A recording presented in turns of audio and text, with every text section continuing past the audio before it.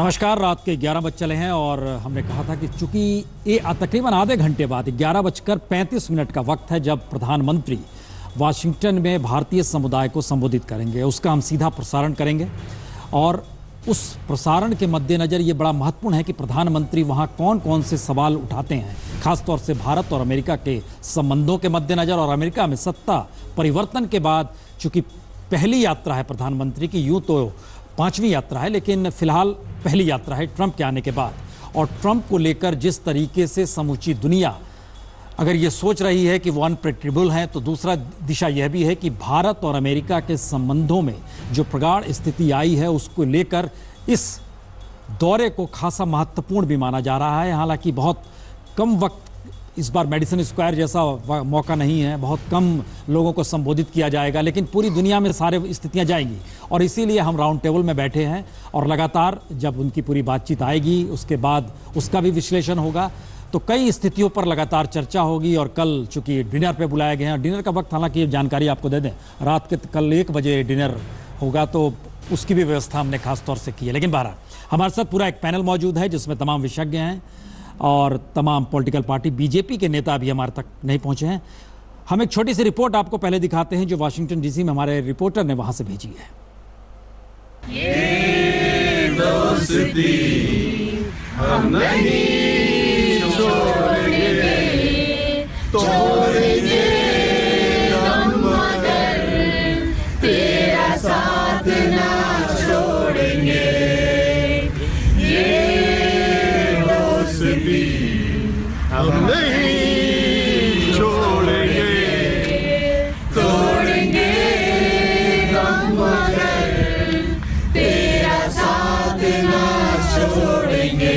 अरे वही तो हम भी कह रहे हैं कि दोस्ती मत छोड़िए और तोड़िए भी मत।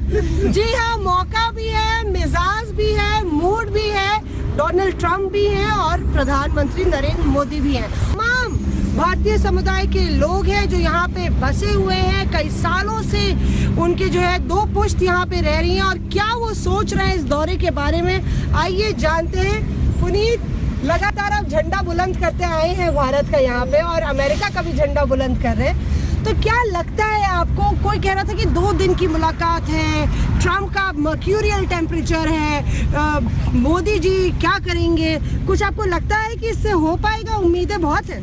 उम्मीदें बिल्कुल है, होनी चाहिए। और मैं बहुत उत्साह के साथ कह रहा हूँ कि एक बहुत अच्छी मीटिंग होगी और हमारे दोनों देशों में एक ऐसी मजबूती आएगी जो आज तक कभी किसी ने देखी नहीं। और खासकर ये एक इशारा है जो हमारे दुश्मन मुल्क है, जो अमेरिका के और भारत के दुश्मन मुल्क है, कि आप तैयार हो जाएं कि ये जो 2 लीडर हैं ये इस तरह से मजबूती से काम करेंगे जिससे कि ये एक जो दोस्ती है ना छोड़ेंगे और ना तोड़ेंगे। आप होपफुल हैं? आप होपफुल हैं? डबल होपफुल है। डबल होपफुल है, मतलब दोगुनी उम्मीद है। क्यों ऐसे? वो हमारा जन्म स्थान है, ये हमारा कर्मभूमि है, तो दोनों का जोड़ी है। तो मोदी जी आ रहा है, तुम्हारे एक शायर पेश करता हूँ। बिल्कुल बिल्कुल, नजर अर्ज कर रहे हैं जनाब, अर्ज कर रहे हैं, गौर से सुनिएगा। नजर नजर में एक नजर है, उस नजर की तलाश इस नजर में है। तो मोदी जी नजर लेके आ रहे हैं अमेरिका के ऊपर, तो हम कुछ IT सेक्टर से है कोई यहाँ पे?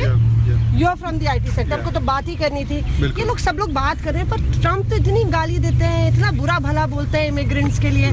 आज IT सेक्टर अधर में है। अगर हम बात करें तो H1B में 85% जो है वीजा भारतीयों को मिलता था। इन्फोसिस, विप्रो, महिंद्रा सब लोग हायर करते हैं, माइक्रोसॉफ्ट, गूगल हायर करते हैं। आपके जो गूगल के CEO है वो भी इंडियन है। तो पर क्यों इतनी नाराजगी क्यों? आपको क्या लगता है कि उससे चिंता नहीं है आपको? ठीक है, ट्रंप जी को लगता है कि ना यहाँ पे H1B आ रहे हैं तो उन लोग का जॉब छीन रहे हैं। पर एक्चुअली स्टडी ने दिखा है कि H1B आने से जॉब छीनते नहीं है। एक्चुअली हम लोग और ज़्यादा क्रिएट करते हैं और क्रिएट होते हैं और हम लोग टैलेंट लेके आते हैं, नया बिजनेस लेके आते हैं। और उस हिसाब से H1 Trump is not from the IT side, तो बिकॉज वो IT साइड के नहीं है तो शायद उनको थोड़ा वक्त लगेगा समझने के लिए कि भाई H1B is a really good programme. तो उनको ये सीखना है उनको। बट ओवरऑल देखेंगे तो ट्रंप का जो दृष्टिकोण है अबाउट इंडिया वो बहुत अच्छा है। उम्मीद, भरोसा, उत्साह सब कुछ नज़र आ रहा है। लेकिन मुनी साहब ये गाना जब गा रहे थे हमें गाना याद आ रहा था कि मेरा जूता है जापानी, राज कपूर का दौर था जी। रशिया जो भी जाता था वहाँ ये गीत गुनगुनाया जाता था। ये इंडिकेट करता है स्थितियाँ बदल रही है। मैं भी आपको गाना सुनाऊँ एक, अभी तो आए हो बैठो ज़रा तसल्ली से, लगेगी देर हमें हाले दिल सुनाने में। तो ट्रम्प साहब तो आए हैं अभी, उनको अपना एडमिनिस्ट्रेशन भी समझना है, दुनिया भी समझनी है, इसलिए 4-6 महीने में जो हो रहा है उसको आप अंतिम मापदंड लेके ना चलें। लेकिन ये बात सही है कि जो माहौल बना हुआ है उसमें हमको सावधानी से कदम रख के ये देखना पड़ेगा, एसेस करना पड़ेगा कि ट्रम्प साहब के साथ कैसी बात करनी चाहिए, कैसी अवॉइड करनी चाहिए। अभी शिलकांत जी, एक सवाल ये है कि हम हालांकि सुनाएंगे कि भारतीय समुदाय को प्रधानमंत्री क्या संबोधन है उनका, लेकिन नज़र इस बात को लेकर अभी ट्रम्प का पूरा मंत्रिमंडल भी एक लिहाज से अभी सेट नहीं हुआ है, कह सकते हैं, उस प्रोसेस में है। हम ड्रोन ले रहे हैं, F-16 का समझौता हो गया है, तो एक स्पेस दे रहे हैं अमेरिका को, और ऐसा लगता नहीं है कि एक बिजनेसमैन भी है वहाँ पर प्राइम मिनिस्टर मोदी। एक इकोनॉमिक एस्पेक्ट में चीज़ों को आप एंट्री भी दे रहे हैं अपने देश में, तो उस जाहिर है व्हाइट हाउस में कल डिनर होगा, मुलाकात होगी, क्योंकि जो डिप्लोमेसी कहती है उसमें उसके मुताबिक आप पहले से ही उनको आमंत्रित कर चुके हैं कि हम आपसे ड्रोन लेंगे, F-16, आगे आने वाले वक्त में क्या क्या लेंगे, इंडिकेशंस हैं। तो क्या हमें अभी इंतजार करना चाहिए था कुछ और, कि नहीं ये सेटल हो गया था, ये बेहतरीन वक्त है? देखिए, उसमें ऐसा है कि एक सतत तनाव रहता है। एक जुमला है कि early birds get the worm, और दूसरा ये है कि जल्दी का काम शैतान का। तो ये दोनों के बीच में तनाव है। अब डिप्लोमेसी में यू हैव टू बैलेंस, इनके बीच में बैलेंस स्थापित करना ज़रूरी है। तो ट्रम्प के पास, अच्छा दूसरा ये है कि हिस्टोरिकली भी ऐसा हुआ है कि हमेशा जब राष्ट्रपति अमेरिका में बनते हैं तो 4-6 महीने तो लगते हैं उनको। और जॉर्ज बुश जब बने थे तब भी 6-7 महीने लगे थे उनको अपनी टीम बनाने में। रेगन के ज़माने में भी टीम बनाने में, जब जीत के दोबारा आए तब भी टीम बनाने में टाइम लगा था। तो ये तो अमेरिका का व्हाइट हाउस का कल्चर ही ऐसा है। तो ट्रम्प को जो टाइम लग रहा है कोई ऐसा नहीं है कि बड़ा अप्रत्याशित हो या कोई अनूठा हो। नहीं, डिप्लोमेसी एज ए डिप्लोमेट चूंकि आप रह चुके हैं, तो मुश्किल क्या आती है, क्योंकि हमने इससे पहले मेडिसिन स्क्वायर देख चुके हैं, बराक ओबामा देख चुके हैं, देश वही है, सत्ता बदल गई है, तरीका बदल रहा है। हमको याद है मेडिसिन स्क्वायर के लिए क्या तामझाम हम लोगों ने व्यवस्था की थी और किस रूप में उसको कवर किया था। नहीं, उसके लिए मैं बताना चाहता हूँ कि तब ओबामा वहाँ पे स्थापित राष्ट्रपति थे और वो अपने में काफ़ी आत्मविश्वास से युक्त थे और उनको काफ़ी सपोर्ट था उस समय। तो जब भारत से जो प्रधानमंत्री जा रहे थे वो एक बड़ा भारी चुनाव जीत के जा रहे थे, तो उनके पीछे एक भारी जनमत था। तो उस समय जो हवा थी वो ये थी। तो ओबामा जिस जहाँ से आए थे उसमें मोदी जी का स्वागत करना बहुत उनको स्वाभाविक था, लाजमी था। तो जब पूरा जो कुछ हुआ जो मेडिसिन गार्डन में, उससे न केवल ओबामा बल्कि उनके जो सेनेटर्स थे, कांग्रेसमैन थे, वो भी बहुत खुश हुए। आज हवा दूसरी है वहाँ। आज हवा ये है कि जो डोनाल्ड ट्रम्प हैं वो एक दूसरे फ्रेंचाइज पे आए हैं। वो अमेरिका फर्स्ट और हमको खतरा है, मतलब पंथ खतरे में है, उस तरह का उनका वो है। तो उसमें ये वाला अगर आप ज़्यादा करेंगे तो इसका एक नेगेटिव रिएक्शन हो सकता है। और ख़ासकर उनके अभी भी व्हाइट हाउस में जो लोग बैठे हैं, कुछ तो निकल गए हैं, पर कुछ जो बैठे हैं वो आज भी थोड़े से डिप्लोमेट्स भी संभल के चल रहे हैं, पग तो देख रहे हैं कि संभल के चलना ज़रूरी है। पर संभलते भी जो संबंध स्थापित करना है उसकी आवश्यकता है। इसलिए ये विजिट बहुत महत्वपूर्ण है, क्योंकि वो इसी के ज़रिए एट द हाईएस्ट लेवल आपके बीच में कुछ तारतम्य जुड़ेगा। अभी तक तो सिर्फ टेलीफोन से बात हुई है, तो ये कल जो 5 घंटे का टाइम दिया है वो शर्मा जी क्या है कि मतलब चूंकि भारतीय समुदाय से वहाँ मुलाकात है और तो उसमें हम लोग भी इंतज़ार कर रहे हैं क्या कहेंगे प्रधानमंत्री वहाँ पर। कुछ ऐसी उम्मीद और आस है कि जो संवाद होता है उसमें वह हिंदुस्तान की उपलब्धियों को बतलाते हुए उनके ज़रिए आमंत्रण दिया जाएगा कि आप हिंदुस्तान आइए, क्योंकि सीईओ के साथ हमारे पास जो भी जानकारी आई, जो 21 सीईओ से मुलाकात हुई, उसमें बहुत साफ था मेक इन इंडिया को आगे बढ़ाना है। देखिए, श्रीकांत जी ने सही बात कही कि जब प्रधानमंत्री नरेंद्र मोदी जी गए थे भारी जनमत के साथ जीतकर, तब उनसे बहुत उम्मीदें थीं और बहुत से लोग उनको कसौटी पर कस रहे थे कि ये जीते हैं, अपार बहुमत है, क्या करेंगे। आज गए हैं तो प्रामाणिक होकर गए, आज करके दिखा के गए। डिमोनेटाइजेशन किया है, जीएसटी ला रहे हैं, देश तरक्की के रास्ते पर आगे बढ़ रहा है। देश में प्रधानमंत्री नरेंद्र मोदी जी के विश्वास पर विश्वास मत और बढ़ा है। यानी ये भी आज भी जा रहे हैं तो यूपी जैसे राज्य को जीत कर जा रहे हैं और कई राज्यों को जीत कर जा रहे हैं। तो उनकी तब जो जीत कर गए थे और आज जो गए हैं, इसमें पहले से उनके कद में इजाफा ही हुआ है।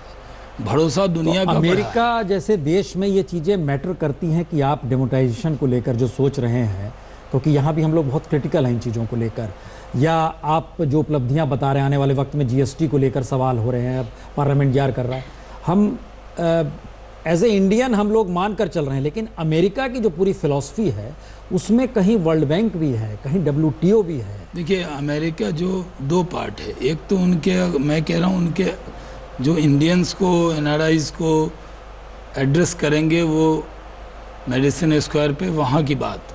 दूसरी बात, जो वो ट्रम्प प्रशासन से बातचीत करेंगे, तो बातचीत करेंगे तो उसमें मेक इन इंडिया, ये सब कंसेप्ट और बहुत सी चीज़ें जो हैं, वीज़ा की बात की और बात की, वो सब इश्यूज़ हैं। और भारत और अमेरिका के रिश्ते पहले से काफ़ी आगे बढ़े हैं। हर क्षेत्र में भारत ने, अमेरिका, आज नरेंद्र मोदी जी जब से गए थे और आज गए, हम कई कदम आगे बढ़े हैं। तो मैं ये समझता हूँ कि प्रशासन बदल गया है, ट्रम्प साहब आए हैं, लेकिन भारत और अमेरिका के रिश्ते भी आगे बढ़ गए। इसलिए मुझे नहीं लगता कि कोई दिक्कत होगी। और भारत इतना बड़ा मार्केट है। अच्छा, एक बात बताइए, आप जब ये बोल रहे हैं रिश्ते आगे बढ़ रहे हैं, हम बार बार उस दिशा में आ ही जाते हैं कि पेरिस समझौते को लेकर भारत का नाम उन्होंने क्यों लिया? क्यों कहा कि आप कहने की जरूरत नहीं होनी चाहिए थी, हम अलग हो रहे हैं, कह देते, क्यों लिया नाम? यार, भारत तो पहले नोटिस ही नहीं लिया जाता था। पहले तो वो जो 5 ऐसे देश हैं जो वीटो पावर वाले देश हैं, उन्हीं की चर्चा होती थी। अब दूसरा हिस्सा, अब भारत का नाम अगर लिया, अब ठीक है, आप समझिए भारत का स्टैंड है। ओके, भारत का स्टैंड है। चलिए दूसरी स्थिति बताइए। भारत लगातार विरोध कर रहा है चाइना के सिल्क रूट का, जो क्रिएट कर रहा है। अमेरिका ने आखिरी वक्त में अपना प्रतिनिधिमंडल भेज दिया, भारत ने नहीं भेजा। फिर मुश्किल, जहां जेटली साहब प्रेस कॉन्फ्रेंस करके बतलाते हैं कि वो हमारे घर में घुस रहा है, जो पूरा POK से गुजर रहा है जी, और वो अमेरिका क्यों वहाँ भेज रहा है, फिर आपके साथ नहीं खड़ा है? देखिए, एक बात पुन प्रसन्न जी, जिम्मेदारी से मैं कहता हूँ कि कई बार ये लगता है कि अमेरिका जो हम चाहेंगे अक्षरशः वो वही करेगा, या जो अमेरिका चाहेगा रिश्ते में अक्षरशः हम भी वही करेंगे। ऐसा नहीं होगा, क्योंकि हमारे रिश्ते बहुत दिनों तक किस तरफ रहे हैं वो आपको मालूम। हम बीच में जरा गैप देंगे, 1 मिनट आलोक जी, क्योंकि हम नहीं चाह रहे हैं कि राजनीतिक तौर पे चीज़ें देखी परखी जाएं। प्राइम मिनिस्टर भारतीय समुदाय के सामने किन बातों को रखेंगे? पहला राउंड ये है, दूसरे राउंड में आएंगे हम लोग ट्रम्प पे, किन बातों को रखेंगे? देखिए, मुझे लगता है अभी तो वो जो वीज़ा वाला मुद्दा है उनके दिमाग में भी घूम रहा है। भारतीयों की लॉबी वहाँ स्ट्रांग हुई है। एक समय में पहले पाकिस्तान की लॉबी बहुत स्ट्रांग होती थी, या जूस की होती थी, इजराइल कहिए या जूस कहिए, जो पूरे चुनावों पर भी असर डालती थी। भारतीयों का असर वहाँ बढ़ा है। ऐसे समय में मोदी जी उनसे क्या कहें, और वो भी कहें, जो मुझे लगता है जो संवाद है ये इसलिए आवश्यक है कि इन मुद्दों को लेकर, या यदि वो भारत आते हैं, वैसे अभी आपसे पहले इंडिया टुडे वाले डिस्कशन में एक मुद्दा उठा था कि बड़ा स्टार्टअप के लिए होगा, लेकिन आप और हम जानते हैं कि स्टार्टअप में बहुत ज़्यादा फ़ायदा अभी नहीं मिला है लोगों को। तो जो अमेरिका में बैठे लोगों को यदि कहेंगे तुम भारत आ जाओ, यहीं पर बिजनेस करना, ये भी एक मुद्दा इस ये जो बात आप में कह रहे हैं, 1 मिनट, क्योंकि पार्लियामेंट में या अलग से सुषमा स्वराज ने बहुत एग्रेसिव स्टैंड लिया H1B वीज़ा पर कि आपकी भी ज़रूरत होनी चाहिए। क्या इतना एग्रेसिवली प्राइम मिनिस्टर अमेरिका की ज़मीन पर कहेंगे? मुझे डाउट है। मुझे लगता है कि ये ज़रूर कहेंगे कि आप लोग यदि यहाँ से आते हैं तो आप भारत आइए, आपको यहाँ बड़ी अपार संभावनाएं हैं। ये कहेंगे, आपको लगता है? मुझे ऐसा लगता है। त्यागी जी, देखिए, मैं शुरू से पहली वाली जो सेगमेंट था उसमें स्पष्ट कहा कि देश को क्या मिलेगा, विदेश नीति इस पर डिपेंड करती है, बिल्कुल साफ साफ शब्दों में। हमें 4-5 मुद्दों पे प्रधानमंत्री महोदय से, भारतीय जनता पार्टी से जानना हो, जब वो आ जाएंगे तब भी जानेंगे। H1B वीज़ा पे क्या होगा, जो IT के प्रोफेशनल्स हैं उनका क्या होगा, पहली बात। पाकिस्तान को लेकर के, आतंकवाद को लेकर के, गुड टेररिज्म और बैड टेररिज्म को लेकर के अमेरिका का रवैया क्या होगा, दूसरी बात। तीसरी बात ये बहुत महत्वपूर्ण है कि अमेरिका में भी एक लॉबी है जो ये मानती है कि चाइना से बैलेंस करने के लिए, बैलेंस करने के लिए शब्द इस्तेमाल किया मैंने, भारतवर्ष जरूरी है। जबकि मैं मानता हूं कि चाइना से या पूरे एशिया पैसिफिक में हमें लीडिंग पार्टनर के रूप में अमेरिका मानता या नहीं मानता, ये महत्वपूर्ण भारतवर्ष के लिए, क्योंकि मैं पहले कह चुका हूं भारतवर्ष आज एक ताकतवर देश है। जो और सबसे और एक महत्वपूर्ण बात जो चौथे नंबर की है वो ये है कि जो हम लोग बाग ईरान में चाबहार पोर्ट बनाने की बात कर रहे थे, उसको लेकर के अमेरिका का क्या रवैया रहेगा, क्योंकि वो हमारे लिए महत्वपूर्ण इसलिए कि अफगानिस्तान, भारतवर्ष और ईरान में ये बात आप जब कह रहे हैं, एक मिनट सहगल जी, हमको लगता है इस पर आप पहले भी जिक्र करते, कमेंट करना चाहिए आपको। मेरे 30 सेकंड। एक मिनट, क्योंकि ये जो बात कह रहे हैं त्यागी जी, क्या भारत इस पोजीशन में है इतनी साफगोई से सवाल उठा सके और इतनी साफगोई से जवाब भी मिल जाए उसे, जिन 3-4 मुद्दों को उठाया? कई मुद्दों में हमारा और अमेरिका के इंटरेस्ट में कॉन्ग्रुएंस है। उनको तो हम बहुत टेररिज्म पर, security, defence deal, AfPak region, South China Sea, Indo Pacific region, फिर intelligence sharing, information sharing, cyber security, इन चीज़ों में तो हम दोनों की बड़ी कॉन्ग्रुएंस है। मॉडर्नाइजेशन ऑफ इंडियाज डिफेंस, क्योंकि दोनों के लिए विन विन सिचुएशन होगा। और कुछ मुद्दों पर हमारे ज़बरदस्त डिफरेंसेस हो सकते हैं, जैसे H1B। मेरे मुताबिक उनको अंडर प्ले करेंगे प्रधानमंत्री जी, और जहाँ पे कॉन्ग्रुएंस है उनको बड़े जोर शोर से बातचीत करेंगे। ये जो ईरान वाला इशू कह रहे हैं, आज अमेरिका भी समझता है कि हिंदुस्तान को चाबहार बनने से बहुत बड़े पैमाने पर कनेक्टिविटी मिलेगी अफगानिस्तान के लिए। नहीं, आप जो हम लोग बार बार लौट के आ रहे हैं टेररिज्म, डिफेंस, और ब्रिगेडियर साहब एक जवाब यहाँ पर हम जरूर चाहेंगे, क्या ये यात्रा या जो डिस्कशंस हैं वो डिफेंस और टेररिज्म पर ही आकर टिक जाएगी क्या? आपके सवाल का जवाब देने के पहले मुझे बड़ी खुशी हुई जब वहाँ पर प्रवासी भारतीय इतने उत्साह से, उल्लास से मोदी जी के बारे में बात कर रहे थे। बड़ी खुशी होती है। मैं भारतीय हूँ, हमारे प्रधानमंत्री हैं, और ये जो दो बातें आप कह रहे हैं, टेररिज्म और डिफेंस, यह सबसे इम्पॉर्टेंट मुद्दा है। और आपको मैं ये बताना चाहता हूँ, मैंने अभी बताया कि जब ये मैं देखता हूँ और डिफेंस के बारे में सोचता हूँ, मोदी जी का क्या उस पर अप्रोच है, तो मैं 1962 वार को याद करता हूँ, जहाँ पर मुझे ये गर्व से साथ मैं कहता हूँ कि जहाँ पर मैंने इंडिया के डिफेंस के लिए लड़ाई की थी। उस वक़्त मेरे पास .303 inch bolt action Enfield rifle थी, जबकि चाइनीज़ के पास 5.56 ऑटोमेटिक राइफल थी।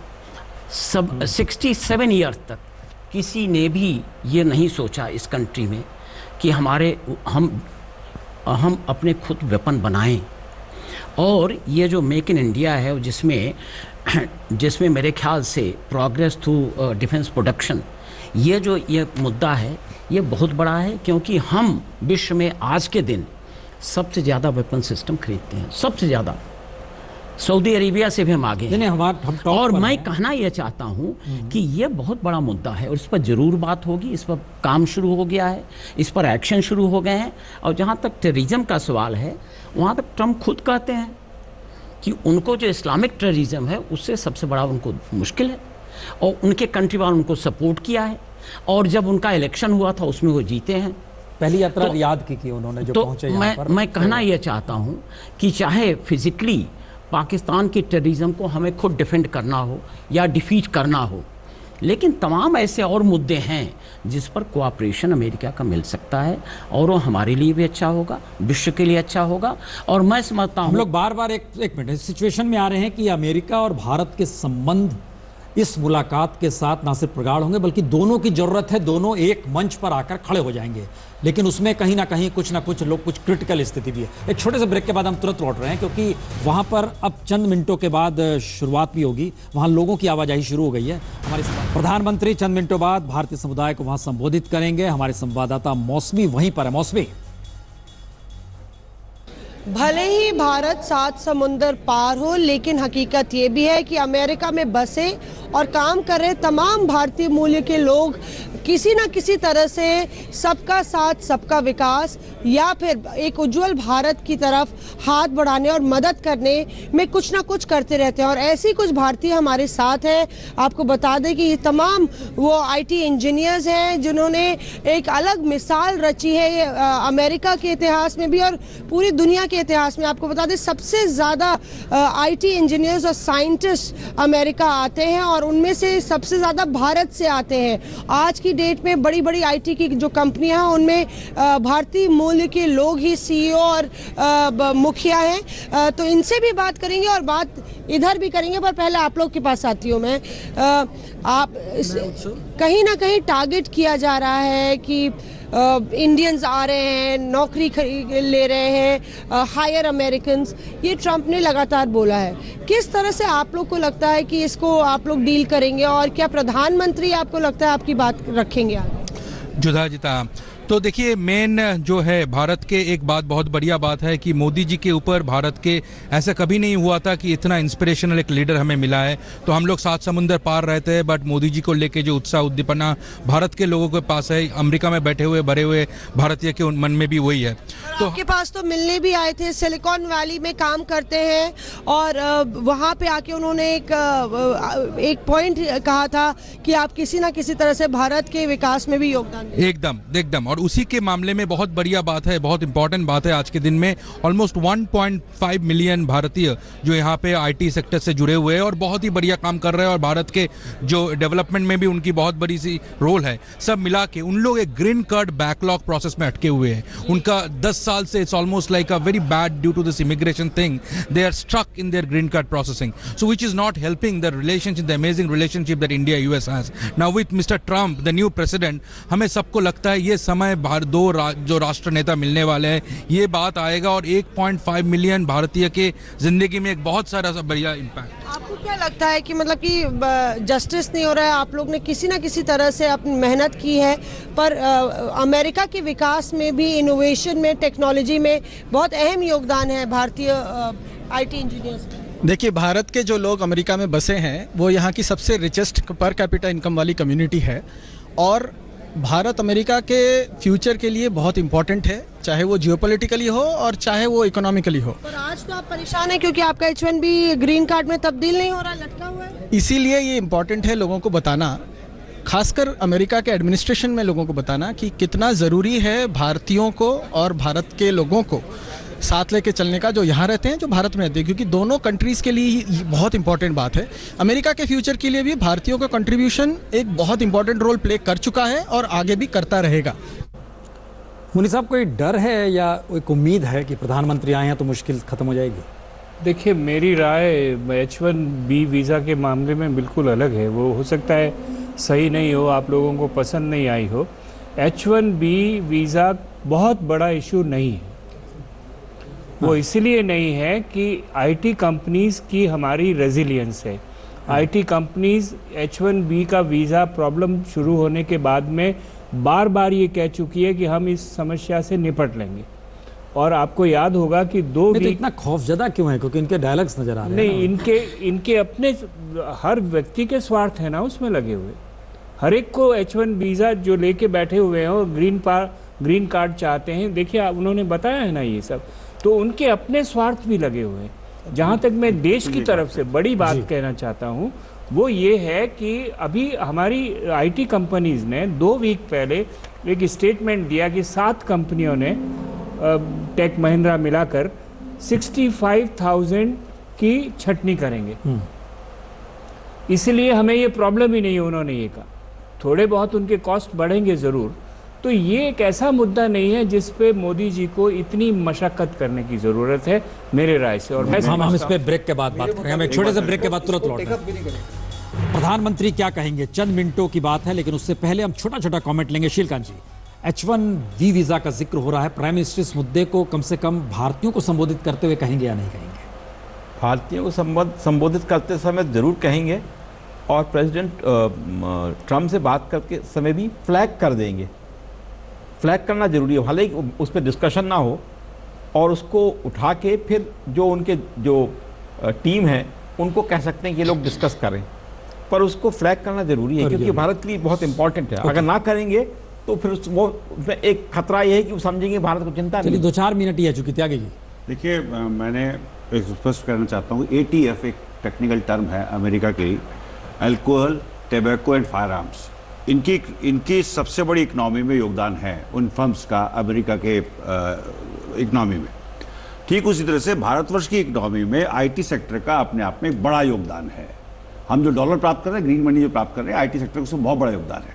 H1B वीजा पे अगर प्रधानमंत्री नहीं बोलेंगे तो निश्चित रूप से IT सेक्टर के साथ अन्याय होगा, क्योंकि ऑलरेडी हिंदुस्तान में जॉब जा रही है लोगों की, जो चिंता का विषय है। उधर से भी अगर जॉब जाएंगी और वो लोग बाग शिफ्ट होकर के जो नए इंजीनियर्स रिक्रूट है उनकी जॉब चली जाएंगी, उनको जॉब नहीं मिल पाएंगे, तो दिक्कत का विषय है। तो इसलिए हमारे लिए महत्वपूर्ण है। हम एक सुनाते हैं सुंदर पिचई जो कि गूगल के हैं, उनका क्या कहना है, जरा इस पे हम बात सुन लें पहले उनकी बात। It was very good. I think it was a discussion across many industries, and I think the Prime Minister was looking for insights into how India can attract more foreign investment, and I think there were many good ideas discussed. But I think everyone is excited to invest more in India, and I'm excited at what we all can do together. We're all looking forward to the July 1st rollout. I know it's been a very difficult thing to do, so I'm excited to see it happen. Shows that you can achieve reform by pushing hard for it, and I hope it's just the beginning. आलोक जी, एक indication है, काफ़ी सुंदर बच्चे काफ़ी खुश हैं इस पूरी बातचीत जो हुई। CEO की बैठक में ये भी मौजूद थे, लेकिन जो संबोधन होगा वो इंडियन कम्युनिटी के लिए वहाँ से निकल कर आएगा, या वो संबोधन राष्ट्रपति के लिए वहाँ के होगा कि हम आपसे बातचीत से पहले इन इश्यूज़ को उठा रहे हैं? मेरा ख्याल है वो इंडियन के लिए होगा, इंडियन वहाँ पर जो बसे हुए हैं और भारत के भी भारतीय। देखिए बड़े पैमाने पर वो जो पैसा जो अभी राजीव जी बात कर रहे थे, वो भारत में, वो गुजरात में आए, केरल में आए, मध्य प्रदेश में आए, तमिलनाडु में आए, वो पैसा यहाँ भी आता है। वहाँ के परिवार के लोग भी पंजाब में, आप देखिए ना जितना बड़ा वोट बैंक यदि वहाँ पर है, तो उन लोगों के साथ बातचीत में मुझे लगता है कि निश्चित रूप से वो खाली ये वीज़ा वाला बात कह रहे हैं कि इंडियन वोट बैंक को देखकर वो उधर बातचीत कर रहे होंगे। चलिए यहाँ पर नहीं आत्मविश्वास, देखिए यदि वो लोग उनको हम नहीं की देंगे, वो सब लोग हमारी तरफ देख रहे हैं, वो हमारे साथ हैं और हम आपके हितों की भी यहाँ रक्षा कर रहे हैं। तो आफ्टर ऑल गुजरात में चुनाव नहीं है 3 महीने बाद, 4 महीने बाद, तो ऐसी स्थिति में चाहे गुजरात हो या हिमाचल हो या कहीं पर भी ये तो विश्वास बना चाहिए हमारे प्रवासी भारतीय गुजरात जाना है। इसलिए मेरा मानना है वो न भी जाते तब भी मेरा मानना है कि यहाँ पर जो बैठे या इंडस्ट्रीज भी बैठे हैं उनको भी उनकी चिंता है कि वहाँ के लोगों के बीच में प्रधानमंत्री सहगल साहब वास्तव में जो इंडियन कम्युनिटी को एड्रेस करेंगे वो एड्रेस कर रहे हैं ट्रंप और उसकी एडमिनिस्ट्रेशन को, इंडियन डायस्पोरा को इस्तेमाल कर रहे हैं वो मैसेज भेजने के लिए जो भेजना चाहिए। क्या शाहनवाज जी? देखिए कुछ पल का इंतज़ार है, कयास लगा रहे हैं कि किसको एड्रेस करेंगे। वो नरेंद्र मोदी जी भारत के इंटरेस्ट को जितनी मजबूती से रखना चाहिए वो रखेंगे। तरीका क्या होगा? हम लोग तो उसके खोज रहे हैं कि भारतीय समुदाय को संबोधित करते हुए ट्रंप को मैसेज देना या कह रहे हैं, अभी कहा गया कि H1B वीज़ा को एड्रेस करना पड़ेगा। क्या भारत ने एड्रेस नहीं किया है? विदेश मंत्री ने पहले ही कहा पार्लियामेंट के फ्लोर पर, अमेरिकी जमीन पर, और अमेरिकी ज़मीन पर क्या कहना है वो इस लेवल पे कहना, जो श्रीकांत जी ने कहा कि जब डेलीगेशन टॉक होगी तो उस लेवल पे एड्रेस करेंगे। अब ये कि आप चाहें कि भाषण में वो एड्रेस करें तो कर दिया, और नहीं किया तो नहीं किया। ब्रिगेडियर साहब आपकी क्या राय है? ऐसे इशू होंगे? मुझे एक ताजुब हो रहा है, मोदी जी का व्यक्तित्व, उनकी प्रतिभा, उनका आत्मविश्वास, उनकी राष्ट्रभक्ति और उनका जो स्टेचर है वो देखते हुए क्या हम ये आज कह दें कि जो वहाँ पर वो प्रवासियों से कहेंगे, प्रवासी भारतीयों से कहेंगे, उससे वहाँ पर जो प्रॉमिस करेंगे या जो वहाँ पर एक्सप्रेशन होगा वो आगे नहीं बढ़ाएंगे? ये कैसे हम कह सकते हैं? इतने बड़े आदमी के बारे में जो वहाँ पर वो बात करेंगे, नहीं वो जो वहाँ पर बात करेंगे, अगर वहाँ पर वो H1B वीजा की बात करेंगे, राजीव गांधी गए, मनमोहन सिंह गए, अटल बिहारी वाजपेयी गए, मोदी गए, आप सबसे भिन्न मान रहे हैं मोदी के? बिल्कुल मानता हूं, है ना, बिल्कुल अलग मान रहे हैं, डेफिनेट। तो अब ये सवाल हमारा बड़ा सीधा सा सवाल है, जो संबोधन होगा वो मैसेज ट्रंप के लिए होगा या सिर्फ इंडियन कम्युनिटी के लिए होगा? मैं ये समझता हूँ कि जो मैसेज इंडियन कम्युनिटी के लिए देंगे मोदी जी, उनसे बात करके उससे भिन्न उनकी बातचीत नहीं होगी ट्रंप से, क्योंकि ये बहुत बड़ा उनके लिए स्टेक है। ओके मोदी साहब, क्या ये एक लिहाज से हम कह सकते हैं बड़ा डिप्लोमेटिक भाषण होने वाला है? इसमें 3 पहलू हैं। हाँ। एक तो दो जो आप कह रहे हो कि हाँ। इसमें मैसेज होगा ट्रंप एडमिनिस्ट्रेशन के लिए भी, इसमें मैसेज होगा भारतीयों के लिए भी, और इसमें मैसेज होगा जो भारतीय वहाँ बैठे हैं उनको ये कहने के लिए कि हम हिंदुस्तान में क्या क्या कर रहे हैं, जो उनके अपने अचीवमेंट्स हैं इंडिया में, वो उस कॉन्स्टिट्यूएंसी को भी कंसोलिडेट करेंगे। तो तीनों बातें होंगी उसमें, एक बात नहीं होगी। हाँ देखिए, गवर्नमेंट की 2-3 योजनाएं, make in India, stand up India, skill India, जो शुरू होने से पहले ही दम तोड़ गई है। और ये इकोनॉमिक्स की रिपोर्ट है जो आपने भी कोट की थी, और अमेरिका का जो प्रशासन है, अमेरिका का जो शासन है, वो सब चीज़ देखता है। वो वहाँ भी उनको ही पता है।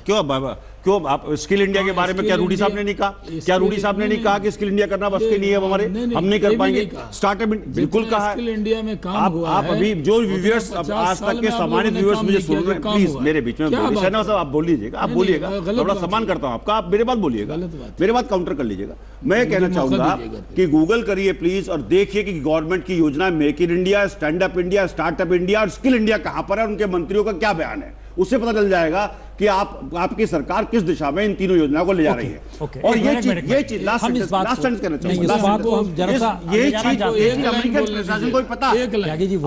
उसी बात पे एक मिनट में शहनवाज जी, हम जरा डिप्लोमेसी का ऐसी बातें कर रहे हैं कि कोई अगर अमेरिकन सुन ले तो इंडिया को एकदम फ्लॉप बता रहे हैं। जैसे कांग्रेस है सबका, अगर आप फ्लॉप हो गए, बहादुर सरकार है तो H1B वीजा पे हमें रिलीफ दिलाइए ना क्षेत्र में। H1B वीजा पे जो बेरोजगार नौजवान हो रहे हैं, रिलीफ दिलाइए। देखिए त्यागी जी, अगर इसको पॉलिटिकल फ्रंट पे ले जाना चाहते हैं, ये गलत कर रहे हैं। नहीं, ये गलत कर रहे हैं। देश के बेरोजगार नौजवानों के साथ खड़ा, दुष्प्रचार कर रहे हैं। देश के बेरोजगार नौजवानों के साथ खड़ा, प्रधानमंत्री नौजवान बेरोजगार हो रहे हैं उनके साथ खड़ा, कांग्रेस दुष्प्रचार खड़ा होना चाहिए उनके साथ। ये भारत के खिलाफ साजिश कर रहे हैं। बिल्कुल नहीं, मैं भारत ये नया फैशन है कि कोई व्यक्ति सवाल उठाए तो भारत की योजना को कमजोर बता रहे हैं। शहनवाज भाई, कम से कम आप तो इस काम को मत करिए। नहीं, भारत को फ्लॉप मत बताइए। आप तो संजीदा आदमी हैं। भारत की योजना को बेरोजगार नौजवानों की बात उठाना मेरा दायित्व है, इसलिए हमेशा बात कर रहा है। भारत के बेरोजगार नौजवानों को रोजगार मिलना चाहिए, H1B वीजा पर रिलीफ मिलना चाहिए। भारत की योजना का दुष्प्रचार कर रहे हैं। बिल्कुल दुष्प्रचार नहीं कर रहा हूं। राजीव प्रताप रूडी ने स्वीकार किया जो मैंने गलत बोल रहा हूं, मानहानि का मुकदमा करिए, मानहानि का मुकदमा करिए मेरे पे। अगर मैं गलत बोल रहा हूं,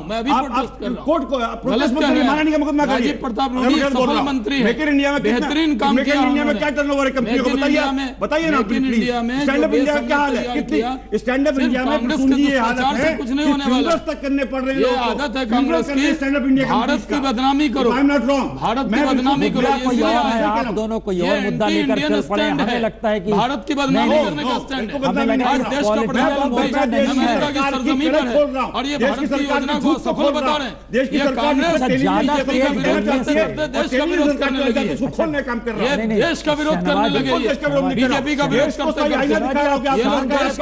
बोलने लगे हैं। भारत की हर नीति को बिल्कुल सफल बताने लगे। हमें जवाब चाहिए रोजगार पे, इसीलिए हमें जवाब चाहिए रोटी पे, हमें जवाब चाहिए किसान पे, हमें जवाब चाहिए। देश के लोग नाराज होंगे, देश के लोग देख रहे हैं कि कांग्रेस सरकार बीजेपी का विरोध करते करते देश का विरोध करने लगी। ये लोग सर्जिकल स्ट्राइक पर अपने नीचे लेवल पे पॉलिटिकल सोच मत लाइए, आप दोनों ही ना लाइए। हम नहीं लाना चाहते हैं सोच। मुझे बताइए कि अब आपकी आवाज हम दबवाएं क्या?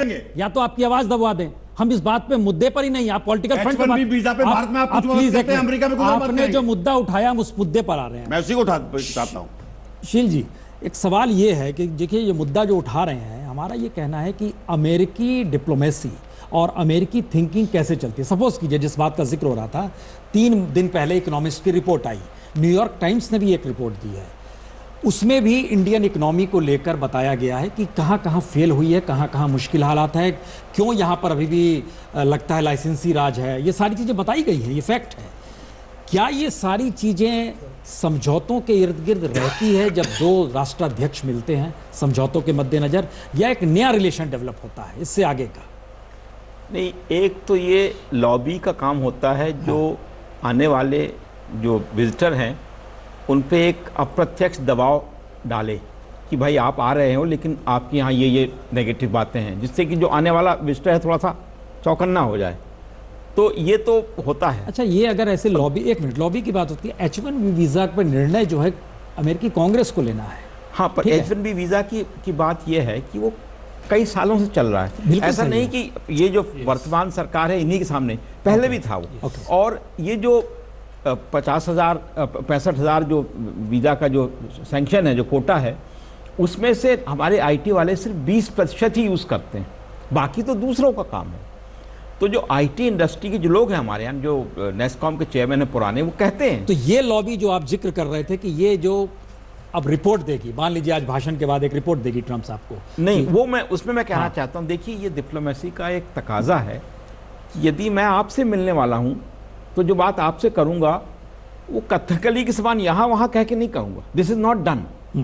तो अगर आप जो ट्रंप से आपके जो टॉकिंग पॉइंट्स हैं वो ट्रंप के लिए ही रखिए, और बाकी जो लोगों के साथ जो बातचीत है वो उसका अपना रवैया है, उसका एक अपना एजेंडा है, पर जनरली इनको मिक्स नहीं कर सकते। तो जो हमारा ये मानना कि ट्रंप से कोई बात कहने के लिए इनसे कहेंगे, ये मुझे बिल्कुल मुफीद नहीं लगता। सहगल साहब, हाँ, आप जिन बात को कह रहे थे कि H1 वीज़ा तो उठाएंगे ही नहीं, कोई मतलब नहीं है इसका, लेकिन जब हम ये देखते हैं, हम लोग स्टूडियो में बैठे हुए हैं, तो पॉलिटिकली कांग्रेस को क्या मैसेज कन्वे करना है, बीजेपी को क्या मैसेज करना है, हम जिक्र कहीं का तो क्या प्राइम मिनिस्टर के सामने भी ऐसे गोल रहते हैं, या ट्रंप के सामने भी ऐसे गोल होंगे कि उसको अपने कम्युनिटी को क्या मैसेज देना है, वहां पर ऐसी स्थिति रहती है क्या?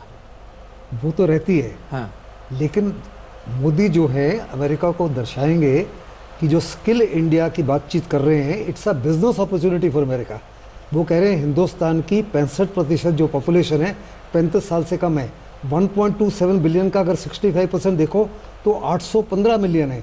वो कह रहे हैं अगले 5 से 10 साल में हमारी कोशिश है 500 मिलियन हिंदुस्तानियों को स्किल करें, जिनको लगभग 60-70 साल से कांग्रेस ने नहीं किया या बाकी सरकारों ने नहीं किया।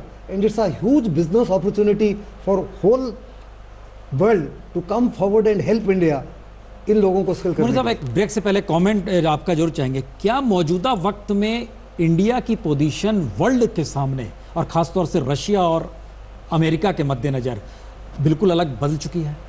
ये अलग तो है, भारत की सामर्थ्य और शक्ति में इजाफा हुआ है। पहला भी मैंने कहा, नेतृत्व ज़्यादा सशक्त है। कोई सरकार पहले एब्सोल्यूट मेजॉरिटी में नहीं थी बहुत सालों तक, तो हिंदुस्तान की इमेज बड़ी है। इसका मतलब ये नहीं है कि जो कंसर्न के दायरे थे, पॉवर्टी की जो आपने बात करी, वो हट गए हैं, लेकिन ये एक मौका तो होता है, वर्क इन प्रोग्रेस है ये। India is in work in progress, लेकिन फास्टेस्ट ग्रोइंग इकोनॉमी भी है। हाँ। तो इसीलिए मेरा ख्याल ये है कि मोदी जी इन सब बातों को उठाकर ये जोड़ने की कोशिश करेंगे कि ये हमारा पोटेंशियल है, बढ़ रहा है, इसकी तरफ आप ध्यान दीजिए, उसको एज ए स्ट्रॉन्ग पॉइंट, जैसा शील कह रहे हैं डिप्लोमेसी में जो हमारी स्ट्रेंथ है, कमजोरी को भी स्ट्रेंथ बनाने की कोशिश करनी चाहिए। हम तुरंत लौट रहे हैं ब्रेक के बाद, चूंकि जानकारी आ रही है कि चंद मिनट अभी भी हैं, लोगों की आवाजाही अभी भी वहां पर, हमारी संवाददाता जानकारी दे रही है कि जहां पर उन्हें संबोधन देना वहां लोग अभी भी आ रहे हैं, लेकिन तो अभी भी वाशिंगटन में संबोधन शुरू नहीं हुआ है। लेकिन एक जानकारी ये जरूर दे दें कि दरअसल कल रात में जब डिनर होगा तो उसके बाद कोई प्रेस कॉन्फ्रेंस नहीं होगी, उसके बाद एक प्रेस रिलीज जरूर जारी किया जाएगा जो बायलैटरल रिलेशंस को लेकर होगा, और उसके बाद वहां पर जो कॉकटेल पार्टी होगी उस संदर्भ उसके जरिए चीज़ें निकल कर आएंगी कि वहां पर और क्या क्या रिएक्शन हो रहे हैं। लेकिन जो पत्रकारों से जो बातचीत होती है बायलैटरल रिलेशन के बाद कि जो आपस में समिट हुआ उसमें क्या निकल कर आया, उसके लिए कोई प्रेस कॉन्फ्रेंस नहीं होगी वहां पर। लेकिन अब से चंद मिनटों बाद प्रधानमंत्री का चूंकि संबोधन होने वाला है, और इन सब स्थितियों के बीच ब्रिगेडियर साहब एक सवाल आपसे, चूंकि आप इस प्राइम मिनिस्टर मोदी की इस पूरी यात्रा को बिल्कुल इससे पूर्व की यात्राओं से हट कर देख रहे हैं, तो क्या नहीं, मैं उस आदमी को हट के देख रहा हूं, उस व्यक्ति को उनकी कैपेबिलिटी में हट के देख रहा हूं, और जो कैपेबिलिटी पर डाउट हो रहा था कि वो यहाँ कुछ कहेंगे वहां कुछ कहेंगे, इससे मुझे हमारा सवाल ये है कि मौजूदा वक्त में जब चीन और पाकिस्तान दोनों बहुत करीब आते हुए दिखाई दे रहे हैं, स्ट्रेटजिकली लगता ऐसा है बार बार कि चीन भी भारत पर दबाव बनाता है, चाहे वो यूनाइटेड नेशन हो चाहे सीमा पर हो। ऐसे में यह स्ट्रेटजी अमेरिका के लिए भारत के साथ खड़े होने के वक्त की है, या अमेरिका की स्ट्रेटजी बिल्कुल अलग है कि उसे बिजनेस करना है? देखिए, मैं दो बातें आपको बताना चाहता हूँ। जहाँ तक बॉर्डर का सवाल है, जहाँ तक चीन और पाकिस्तान का सवाल है, ये कंट्रीज़ हमको अटैक कर चुके हैं और किसी भी अटैक में अमेरिका हमारे साथ नहीं था। और ये भी है कि अमेरिका अब भी नहीं होगा, और अगर हमको चीन और पाकिस्तान का सामना करना है तो खुद करना है, इसमें कोई दो राय नहीं है। और कहीं से ट्रुप्स इंपोर्ट नहीं होंगी। और मैं ये समझता हूँ कि आज का जो नेतृत्व है देश का, वो इस बात को समझता है कि अगर चीन को और पाकिस्तान को हमने फेस करना है, चाहे बॉर्डर में करना हो और चाहे आंतरिक तरीके से, हमारी खुद की कैपेबिलिटी बिल्डअप करना पड़ेगी। उसके लिए हमको बाकी beyond arms and beyond troops and beyond multiplication of forces, वो क्या क्या हमको मिलना चाहिए, इस पर कोशिश हो रही है। इसीलिए ये स्ट्रेटजी भारत की है कि इससे पहले रशिया से डिफेंस के कुछ समझौते करना, अमेरिका के साथ करना, हर जगह से जहां जो आ पाए। प्रॉब्लम ये है कि अभी तक हमारा पूरा जितना भी असला आया है, जितना भी सामरिक सामान आए हैं, सब ईस्टर्न ब्लॉक से आए। और अभी जब कारगिल की वार शुरू हुई तो आपको पता है बोफर गन्स के जो एम्यूनिशन थे उनकी कमी पड़ गई। और ये इसीलिए था कि हमने खुद अपने घर में प्रोड्यूस नहीं किया अपने कंट्री में, और दूसरा जहाँ से आए उन लोगों ने उस वक्त दिया नहीं, शायद उनके शेल्फ में नहीं था या उनका कोई और इंटरेस्ट था। तो इम्पॉर्टेंट ये है कि हमारे यहाँ अपने डिफेंस के लिए, और दो कंट्री को हम सामना कर रहे हैं, डिफेंस सबसे इम्पोर्टेंट है मेरे ख्याल से। अरे मैं सोल्जर हूँ, मैं तो यही समझता हूँ भाई, सबसे इम्पोर्टेंट। अगर आप अपने को डिफेंड नहीं करेंगे, आपके यहाँ कौन इन्वेस्टमेंट करेगा, आपके यहाँ कौन आएगा? मैं तो समझता हूँ कि पीस एंड सिक्योरिटी ये सबसे इम्पोर्टेंट है। हाँ, मैं ये कह रहा था कि इस तरह से उसकी लाइफलाइन जो पाकिस्तान की है, हमेशा जो उनको हथियार देते रहा अमेरिका, यदि उसको भी काट देते हैं, देखिए उसको तो सामान बेचना है, अभी तक वो पाकिस्तान को चाहे दान में देता हो। बताइए, ये बात आ रही थी दिमाग में कि क्या भारत ट्रंप के साथ इस मुद्दे पर बातचीत करेगा कि आप पाकिस्तान के साथ बैरिकेड कीजिए, उसे रोकिए? बिल्कुल, मेरा ऐसा मानना, जरूर करेंगे। मोदी का जो भी, यदि आप उनको आरएसएस बैकग्राउंड से कहें, भारत के हितों के हिसाब से कहें, फिर चाइना का रिएक्शन क्या होगा इस पर? चाइना का जो रिएक्शन हो, क्योंकि भारत देखिए कुछ हद तक यदि साइकोलॉजिकल, आप तो सबसे ज़्यादा, आप भी और हम यहाँ सब बैठे जानते हैं, जो साइकोलॉजी बीजेपी की या देश में वैसे भी रही है, चाइना को लेकर के कभी कोई सॉफ्ट कॉर्नर नहीं रहा है। हाल के वर्षों में जरूर थोड़ा संबंध सुधरे हैं, वाजपेयी जी की भी के समय में भी सुधरने की कोशिश हुई, उसके बाद भी हुई, मनमोहन सिंह के समय में हुई, तो पहले से संबंध सुधरे हैं।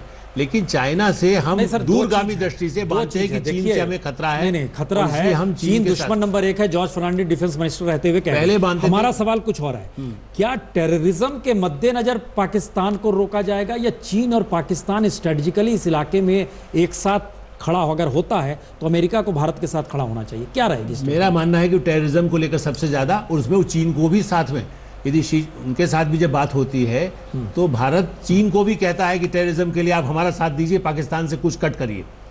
ये चाहे कितना ही चीन पाकिस्तान के साथ जाए, टेररिज्म को कुछ ऐसे इलाके हैं प्रसून जी, जो लोग भी चीन गए हैं, यहाँ तो सब विशेषज्ञ बैठे हैं, कि उनके कुछ इलाकों में वो टेररिज्म का खतरा भी लगातार बढ़ रहा है। और इसलिए हम अमेरिका से भी चाहते हैं कि वो तुम उनको हथियार देते हो, वो हथियार तुम्हारे खिलाफ, हमारे खिलाफ। बार बार यही कह रहे हैं सहगल साहब, ये बार बार निकल के आ रहा है, हमारा ये मैसेज होगा, लेकिन क्या अमेरिका इसकी सहमति देगा या आपके साथ खड़ा होगा?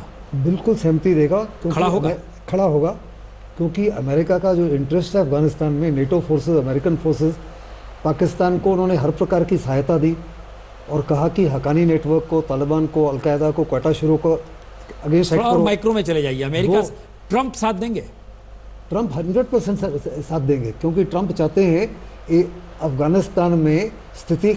हम इसलिए आपसे बार बार कह रहे हैं क्योंकि ट्रंप इलेक्शन चुनाव लड़ते समय उन्होंने इस्लाम को लेकर, मुसलमानों को लेकर क्या क्या कहा, यह कोई छुपी हुई चीज़ नहीं है। ओके, उसके बाद जब वो रियाद गए, वहाँ उन्होंने क्या क्या कहा भाषण में, यह भी छुपी हुई चीज़ नहीं है। परिवर्तन देखिए कैसे आ रहा है।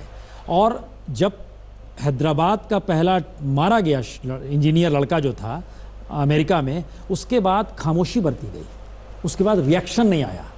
ट्रंप चिंतित हैं, अमेरिका चिंतित है कि अमेरिका के जो सबसे बड़े अलाइज हैं, आप देखो फ्रांस के ऊपर हमले हो रहे हैं, जर्मनी के ऊपर हमले हो रहे हैं, ब्रसल्स के ऊपर हमले हो रहे हैं, यूके। तो फिर भारत ईरान को लेकर क्या करेगा? भारत ईरान के रिश्तों में अमेरिका दखल नहीं देगा, खास करके जहाँ तक छह बाहर का ताल्लुक है, छह बाहर में अमेरिका इज इटसेल्फ इंटरेस्टेड कि जो इंटरनेशनल नॉर्थ साउथ कॉरिडोर है वो कायम हो, ताकि हिंदुस्तान को डायरेक्ट कनेक्टिविटी मिले इनटू अफगानिस्तान।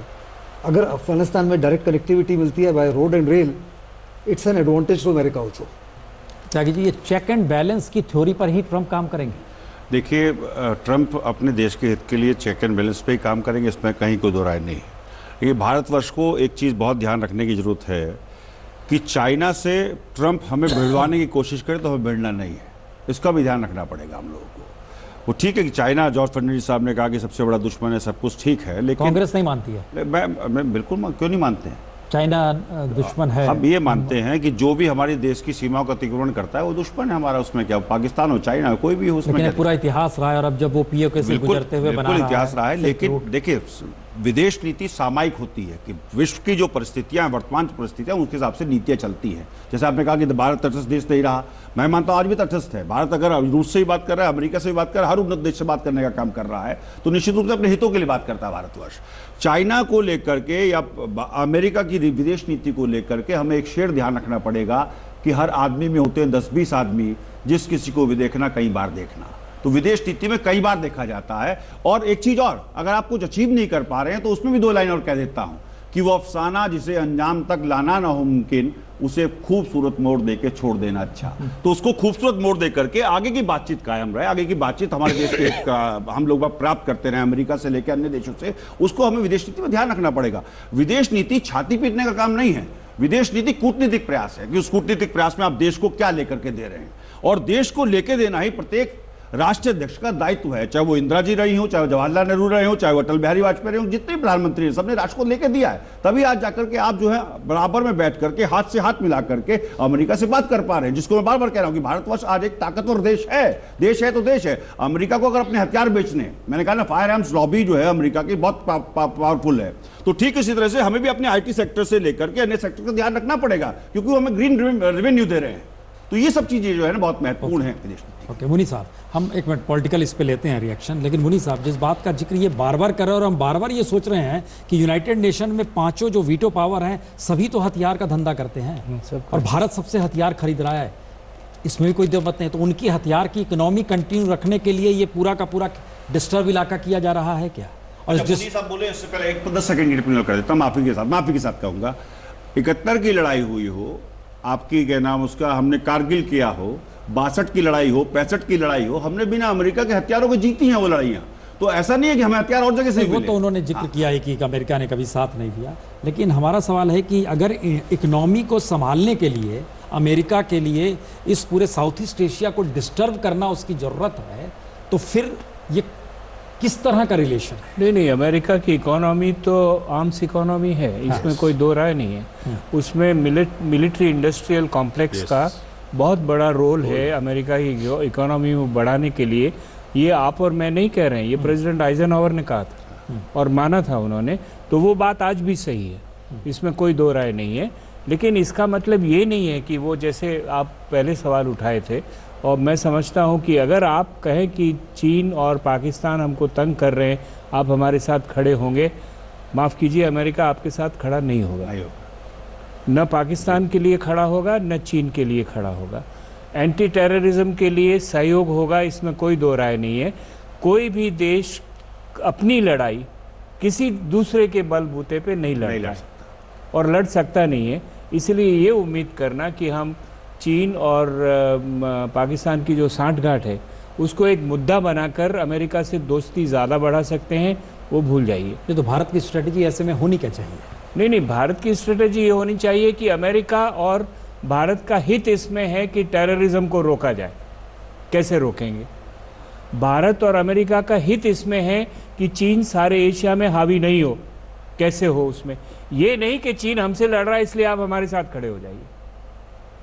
यहाँ आपको ये समझाना पड़ेगा अमेरिका को कि जो हमारे हित है वो काफ़ी हद तक अमेरिका के हित हैं, तभी हम साथ चलेंगे, नहीं तो नहीं साथ चल सकते। और ये मैसेज बराबर आ रहा है। देखिए अभी पता नहीं, जो पुरानी बातें हो गई है, पाकिस्तान के टेररिस्ट ग्रुप्स का नाम हमारे जॉइंट स्टेटमेंट में है आज से पहले, इंडो यूएस जॉइंट स्टेटमेंट में है, क्या वो रिपीट हो सकता है? I keep my fingers crossed. Know keep my finger, जरूरी नहीं है कि नहीं हो, but I keep my fingers. तुरंत लौट रहे हैं करके देश के बाहर भी आज तक आपका जो कार्यक्रम है सभी को बाहर दुनिया के और देशों में भी दिखाई देता है, इसलिए आप उनको भी बधाई देंगे। अब एक सवाल आपसे यहाँ पर है कि संयोग ऐसा है कि जिस दिन जीएसटी आएगा उस दिन भी रात के 12 बजे हम ऐसे ही बैठे मिलेंगे आपको, है ना? और ये आज़ादी के बाद पहला मौका होगा 1947 के बाद कि पार्लियामेंट भी लगेगी, तो जीएसटी का जिक्र भी यहाँ पर होगा। देखिए उस दिन आर्थिक आज़ादी की बात है, इसलिए वो 12 बजे रात में किया जा रहा है। अब जिसको भी क्रेडिट दे, अब फिर बहस नहीं, हम ये कह रहे हैं कि ये दुनिया अब जब संबोधन होगा प्राइम मिनिस्टर मोदी का, वहाँ पर भी जीएसटी का जिक्र होगा। देखिए प्रधानमंत्री के संबोधन में क्या होगा नहीं होगा इसका इंतजार करना चाहिए। कयास लगा दें तो फिर डिबेट के बाद आप कहेंगे आपने ये कहा वो नहीं हुआ।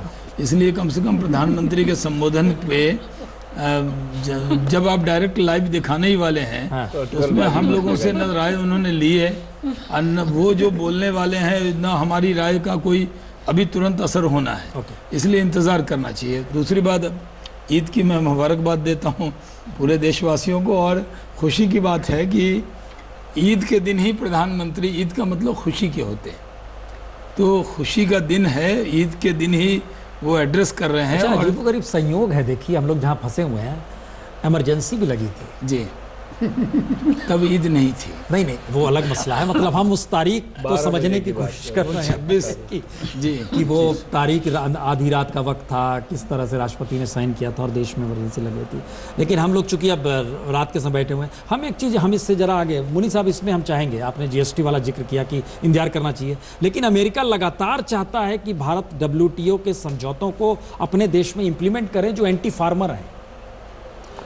अमेरिका बहुत ऐसे कदम भारत को उठाकर देखना चाहता है जिसमें कि अमेरिकी बिजनेस को फ़ायदा हो, और इसीलिए अमेरिका और अमेरिकी बिजनेसमैन अभी भी पूरी तरह से संतुष्ट नहीं है कि भारत का माहौल बिजनेस करने वाला है, इसीलिए इन्वेस्टमेंट नहीं आ रहा है आपका, इसीलिए वहाँ पे लोग झिझक रहे हैं अभी भी यहाँ पर संपदा लगाने में लिए। और यही वजह है कि जो जीएसटी का आपने जिक्र किया, मैं समझता हूँ मोदी जी बहुत ज़ोर शोर से ये समझाने की कोशिश करेंगे ट्रंप एडमिनिस्ट्रेशन को और ट्रंप साहब को भी कि देखिए हमने कितना बड़ा रिफॉर्म, इकोनॉमिक रिफॉर्म किया है, इसलिए हम रिफॉर्म के रास्ते पे हैं, हमारे साथ चलिए।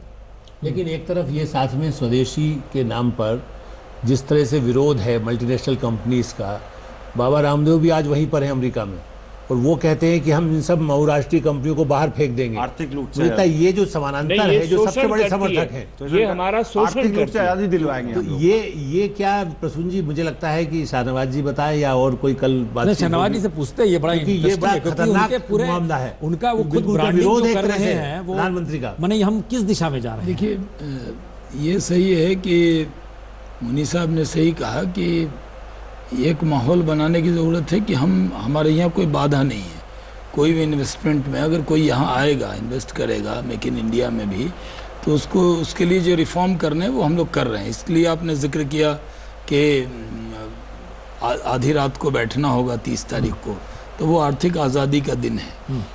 दूसरी बात ये है कि मेक इन इंडिया जब हम बोलते हैं तो उसमें हमारी भी जो कंपनीज़ हैं उनको भी हक़ है पूरी दुनिया में, जिस तरह और कंपनी को हक़ है उस तरह हमारी कंपनी को भी हक़ है। अगर भारत की कंपनी कोई चीज़, चाहे स्वामी रामदेव की तरफ इशारा किया कि वो कह रहे हैं कि बहुराष्ट्रीयों को बाहर फेंक देंगे, वो उनके कहने का अंदाज़ होगा अपने काम से, अपने प्रोडक्ट से, न कि उनको जुमला होगा, नहीं अपने काम से, अपने प्रोडक्ट को प्रचार करने का तरीका होगा। उनके, मैं पतंजलि का कोई प्रचार नहीं कर रहा, लेकिन मैं कह रहा हूँ कि अब अगर हमारा प्रोडक्ट दुनिया में सबसे अच्छा है, हमारे आईटी के लोग सबसे अच्छे हैं, तो हमारी आईटी आज दुनिया में बहुत कंपनीज को हमने बाहर किया या नहीं किया। मौसमी बहुत इंतजार हो रहा है, क्या कहेंगे आप? वहीं पर हैं, क्या लग रहा है?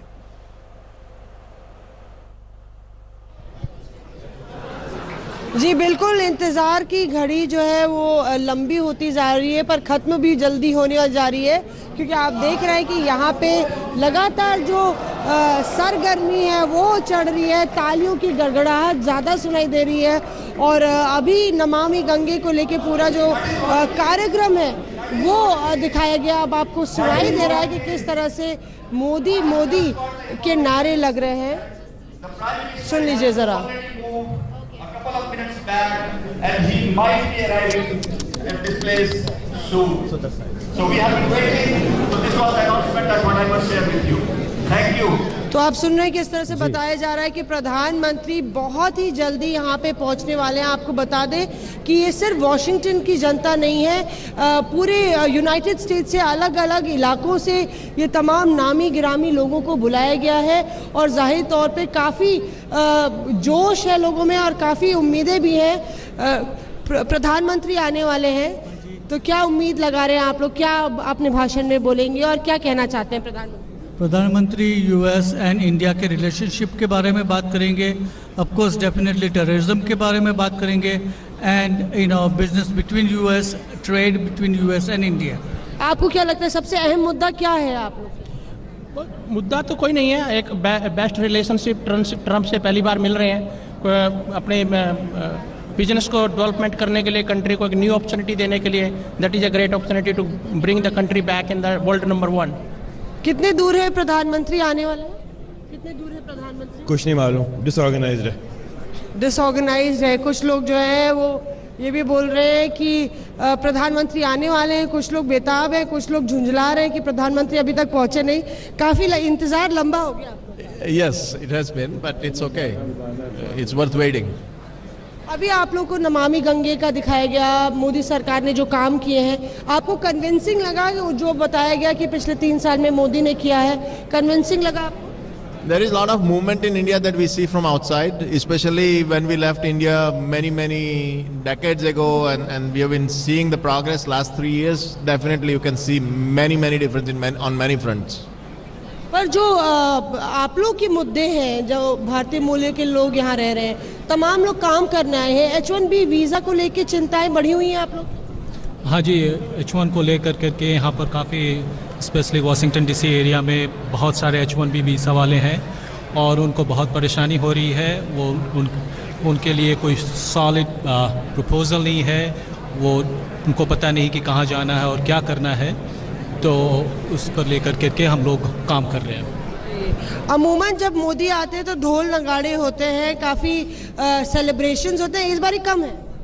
I think if you go outside, you'll see all the dhol nagade. Maybe we are inside, so that's why it's a very formal event, and that's the reason it's not. We don't have those things over here, but outside, I think people are enjoying. I have friends outside, and they're celebrating. आप लोग युवा हैं, क्या सोचते हैं आप, जिस तरह से ट्रम्प ने इमिग्रेंट्स के बारे में बोला है, हायर अमेरिका के बारे में बोला है और लगातार इमिग्रेंट्स को लेके वो काफ़ी उनका रुख सख्त रहा है? I think he has a point for immigrants, but when it comes to H1B और हमारे ऐसे युवा जो आए हैं यहाँ पे जॉब के लिए, he has a valid point to think about his folks also. He has young Americans who are facing job issues, so I think I'll let the leaders talk about it and figure it out. तो आप देख रहे हैं पीछे काफ़ी जो पूरा माहौल है वो काफ़ी ही जोश भरा है। यहाँ पे नमामि गंगे के लगातार जो गाने हैं वो चल रहे हैं, पूरा जो क्राउड है वो काफ़ी खुश नज़र आ रहा है। और मैं ठीक हूँ, आप कैसे हैं ये बताइए। प्रधानमंत्री नरेंद्र मोदी को क्या कहना चाह रहे थे, आपसे चर्चा हुई थी तो आप क्या कहना चाहते हैं? We wish him all the success in United States and his meetings with Trump.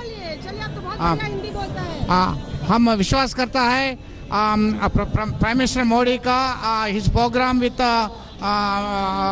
Trump से बहुत सक्सेस होना है। भारतीय संस्कृति के बारे में कुछ कह रहे थे कि आप तमिल हैं, आपके बच्चों को तमिल नहीं आती, आप कुछ कहना चाहते हैं? ना, मेरा तेलुगु है, मगर बच्चों के second generation third generation Telugu में बोलना। Okay, second generation, third generation, all our, Indian origin kids, should benefit like other kids, like Jewish kids and other, parts of the world. They're coming. Yeah, progress होना चाहिए. Progress होना चाहिए. Thank you. और यहाँ पे एक युवा भी है, उनसे पूछते हैं क्या कहना चाहेंगे आप प्राइम मिनिस्टर मोदी के बारे में? What would you like to say about? What would you like to say about? I'm very excited to see him. You know, it's great to have him here, and I came from all the way from Oregon to see him, so I'm very happy. तो यहाँ पे काफी mix crowd है, पूरा अलग अलग state से लोग आए हैं जिन्होंने कुछ ना कुछ काम किया अपने क्षेत्र में। क्या मकसद है, क्या संदेश देना चाहते हैं? I think वो मोदी ट्राई कर रहा है कि सबको एक साथ यूनिटी कराए यहाँ पर इस नेशन में। तो we are all from different states, but we are all coming together for Modi's visit. और आपको मिलाते हैं एक ऐसे युवा से जो H1B वीजा की समस्या को लेके काफी परेशान है। आपसे बात कर रहे थे तो H1B वीजा के लिए आप कह रहे थे। ट्रम्प आने के बाद H1B वीज़ा में काफ़ी फ्रॉड्स हो रहे थे जो ट्रम्प एडमिनिस्ट्रेशन ने निकाल दिए है। तो फिर जो ऑनेस्ट लोग हैं, जो एक्चुअल लोग हैं, उनको H1 मिल रहा है। ट्रम्प नाराज नहीं है, ट्रम्प H1B खत्म नहीं करेंगे बल्कि फ्रॉड खत्म, ट्रम्प फ्रॉड कंप्लीट करेंगे और H1 और number of immigrants employees like मेरे जैसे उनको बढ़ावा मिलेगा एंड मोर नंबर इंक्रीज होगा। प्राइम मिनिस्टर ऑफ इंडिया वो थोड़े से बेचैन हो रहे हैं तो उठ रहे हैं, तो बता रहे हैं कि अगले 5 मिनट में प्रधानमंत्री यहाँ पे पहुँच जाएंगे। आपको बता दें रिट्ज कार्लटन में ये शानदार कार्यक्रम रखा गया है। हालांकि अगर मैडिसन स्क्वायर या किसी और पिछले कार्यक्रम की तुलना में कहें तो थोड़ा सा स्केल में कमी है, पर हमने जो है बात की भाजपा के तमाम जो प्रतिनिधि हैं यहाँ पे, तो उनका ये कहना है कि समय बहुत कम है और यही वजह है कि प्रधानमंत्री जो है छोटा सा ये कार्यक्रम कर रहे हैं, पर बहुत अहम कार्यक्रम है क्योंकि पूरे अमेरिका से लोगों को बुलाया गया है। आप कहाँ से आई हैं? मैरीलैंड से। क्या कहना चाहेंगी प्राइम मिनिस्टर को? और आपको बुलाया गया है, फोटो अपॉर्चुनिटी भी मैंने सुना है, अलग अलग जगह आप लोग जाके जो है फोटोज भी खिंचाएंगे एक ग्रुप में प्रधानमंत्री के साथ। जी हाँ, और हमारा मैसेज होएगा कि इंडिया में पीस होना चाहिए, सारी communities should work together, there should be no issues about religion. I think that's a very big message. आपको लगता है ट्रम्प और मोदी शांति का रास्ता जो है वो एक साथ सशक्त कर सकते हैं? I am sure diplomatic way से अगर सारा करे तो सॉर्ट आउट हो सकता है, एंड हमारी होप है कि ऐसे ही। बहुत दिलचस्प है ये मुझे देखने को मिला कि यहाँ पे लोगों में बड़ी होप है। जो पहले शुरू में ट्रम्प सरकार को लेके एक मायूसी सी थी, जिस तरह से ट्रम्प प्रशासन ने लगातार एक अपना रुख अड़ियल किया था, सख्त किया था, लेकिन उसके बाद से जो लोग हैं उनका मानना है, एक बड़ा धड़ा मानता है कि ट्रम्प जो है वैसा ही बोलते हैं, कोई दोगलापन नहीं है। यही वजह है कि वो अपनी बात बेबाकी से बोलते हैं और ये नरेंद्र मोदी के लिए एक मौका है, कहीं ना कहीं एक नया रास्ता, एक नई दोस्ती गठित करने का, एक नई दोस्ती करने का। सरदार जी आप कहाँ से आए हैं? सैन फ्रांसिस्को से हम जी। तो क्या करते हैं आप? हमारा काफ़ी सारे रेस्टोरेंट्स हैं और पेट्रोल पंप वगैरह हैं, होटल्स हैं हमारे। तो क्या आपको लगता है मोदी आपका सहयोग मांगेंगे मेक इन इंडिया में, या अमेरिका फर्स्ट और मेक इन इंडिया के तालमेल की बात करेंगे? ये तो ग्लोबल इकोनॉमी है, इसमें कंट्रियों के हिसाब से सेपरेशन नहीं करनी चाहिए। अगर एक कंट्री अगर यूएस इसकी गर्दन बनती है तो इंडिया उसकी बैकबोन है। हमने पीएम को सुना था आज से 1.5 साल पहले फेसबुक में इंटरव्यू देते वक्त कि हिंदुस्तान एक कोई छोटी मोटी चीज़ नहीं है, कि ये लंबी ट्रेन है, इसको मोड़ने में टाइम लगेगा। और इन 2-3 सालों में उन्होंने इस ट्रेन को अब मोड़ लिया है। अब तो बाकी ये रह गया है कि रफ्तार पकड़ना है। नहीं, पर देखना ये भी होगा कि ट्रम्प इस ट्रेन में सवार होते हैं कि नहीं होते हैं। देखिए जी, ट्रम्प और ये पॉलिटिशियंस जो इस लेवल के यहाँ पे हैं, ये आपस में ही इतने उलझे हुए हैं कि हिंदुस्तान इसमें बाजी मार के ले जाएगा और सारा जो टेक्नोलॉजी है वो हमारे पास में ऑलरेडी इसका कंट्रोल है। और हम अगर बैकबोन बन गए इसकी तो वो हमारे बिना काम नहीं कर पाएंगे, उनको हमारे से सहयोग करना, बगैर काम नहीं कर पाएंगे। एक और मुद्दा जो है वो जिस तरह से अभी तमाम कैंपेन्स भी चल रही हैं, जो सिखों पे हमले हो रहे हैं, जो भारतीय मूल्य के लोगों पे हमले हो रहे हैं, नस्लवादी हमले, वो ट्रम्प सरकार के आने के बाद बढ़े हैं। उसके लिए हमें ये चाहिए कि हिंदुस्तान इंडियन कम्युनिटी जो यहाँ है वो सारे मिल के पब्लिक को अवेयर करें हैं और उस हिसाब से ऑलरेडी कम्युनिटी ने शुरू कर दिया। आप CNN पे देखेंगे। आप मानते हैं कि क्या वो नस्लवादी हमले थे या फिर गलत फहमी में हुए? ये गलत फहमी में हुए हैं और ये इसके लिए हुए हैं कि उनको एडुकेट नहीं किया गया था और यहाँ की कम्युनिटी को एडुकेट करना बहुत ज़रूरी है। एक बार हम उनको समझा देंगे, वो समझ पाएंगे कि सिख क्या हैं और कैसे हम डिफरेंट हैं बाकियों से। I think this will stop for sure. कहीं ना कहीं आपको लगता है प्रधानमंत्री मोदी को भी उसका जिक्र करना चाहिए, चाहे वो ट्रम्प से हो या आप लोग को आश्वस्त करने के लिए, आप लोग का विश्वास जीतने के लिए? This is United States of America, and people who come here willingly, they are required to adopt to the situation over here. PM Modi is about to take care of India, and I'm sure our president. But it's a free country ना, America एक आज़ाद country है।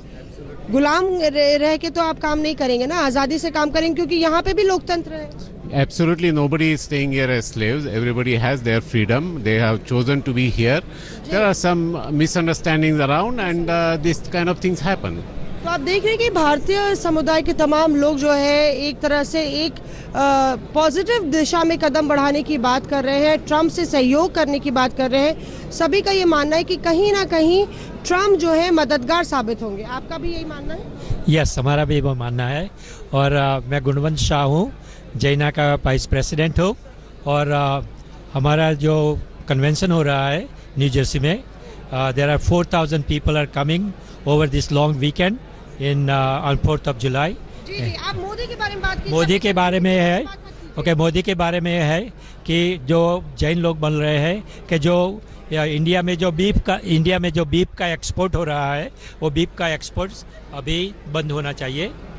ये right, यहाँ पे beef चलते रहे और America में चलते रहे और इंडिया में बंद होए। क्यों अमेरिका, क्यों इंडिया, क्यों कट्टरवादी होए? अच्छा, आप बताइए कि H1B वीज़ा के अलावा और नस्लवादी हमलों के अलावा आर्थिक मामलों में, फाइनेंशियल इश्यूज में पार्टनर कर सकती है अमेरिका और भारत एक अलग रास्ते में, in economic cooperation. Do you expect कि नए मेजर्स होंगे? In the field of economy, we got the good future for India, for agriculture export, and also, you know, the very well, the jewelry and all these things. It is very good for India for the exports. तो आप देख रहे हैं कि यहाँ पे आपको हम और आगे ले जाते हैं और दिखाते हैं कि आगे की तरफ की तस्वीर क्या है। यहाँ पे लोग थोड़े से उत्सुक भी हैं, बेचैन भी हैं, क्योंकि प्रधानमंत्री का इंतज़ार काफ़ी समय से कर रहे हैं और टाइम दिया गया था 3:30 बजे का। और यहाँ पे लोग जो है अलग अलग इलाकों से आए हैं। आप लोग, you have come from different states?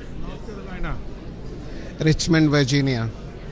Washington DC, Virginia, New Jersey. तो अलग अलग जगहों से आए हैं। मैम, आप कहाँ से आए? रिचमंड, वर्जीनिया से आए हैं। क्या कहना चाहते हैं? बस कहना है जो बहुत अच्छा लग रहा है यहाँ, मोदी साहब से मिलेंगे, देखेंगे, बहुत अच्छा लग रहा है। या थैंक यू। तो यहाँ पे प्रधानमंत्री मोदी देखिए पहुँचने वाले हैं, किसी भी वक्त आ सकते हैं, कुछ ही मिनट में वो पहुँच रहे हैं। और हम लोग आपको यहाँ की तस्वीरें दिखा रहे हैं जिस तरह से यहाँ पे आयोजन किया गया है। पहले प्रधानमंत्री एक एड्रेस करेंगे, उसके बाद मीडिया को बोला गया है कि वो यहाँ से आगे कवर नहीं कर सकते हैं, और तमाम जो लोग हैं उनके साथ एक फ़ोटो खिंचाएंगे अलग अलग ग्रुप से। प्रधानमंत्री लगता है हर एक स्टेट से जो ग्रुप बनाया जाएगा उसके साथ फ़ोटोग्राफ खिंचाई जाएगी। कुल मिला के भारतीय समुदाय के लोग काफ़ी ऑप्टिमिस्टिक नज़र आ रहे हैं जहाँ तक ट्रंप और मोदी की इस ऐतिहासिक मुलाकात की बात है। क्योंकि जी हाँ, ये ऐतिहासिक इसलिए भी है क्योंकि पहली बार है दोनों देशों के राष्ट्रपति और प्रधानमंत्री मिलेंगे, आमने सामने होंगे। और जहां प्रधानमंत्री नरेंद्र मोदी के लिए एक बड़ी चुनौती है, उनको एक नया रास्ता इख्तियार करना है अमेरिका के साथ। आतंकवाद पे पार्टनरशिप चाहिए, सामरिक रिश्तों पे पार्टनरशिप चाहिए। वहीं दूसरा एक नया मौका ट्रंप के लिए भी है। डोनाल्ड ट्रंप बेबाक अंदाज के लिए जाने जाते हैं और कहीं ना कहीं उनकी कई सिमिलैरिटीज़ है नरेंद्र मोदी से। देखना ये होगा कि दोनों आपस में कितना तालमेल बनाते हैं, कितना समन्वय बनाते हैं। जी मौसमी, हमारी आवाज़ अब तक आ रही है?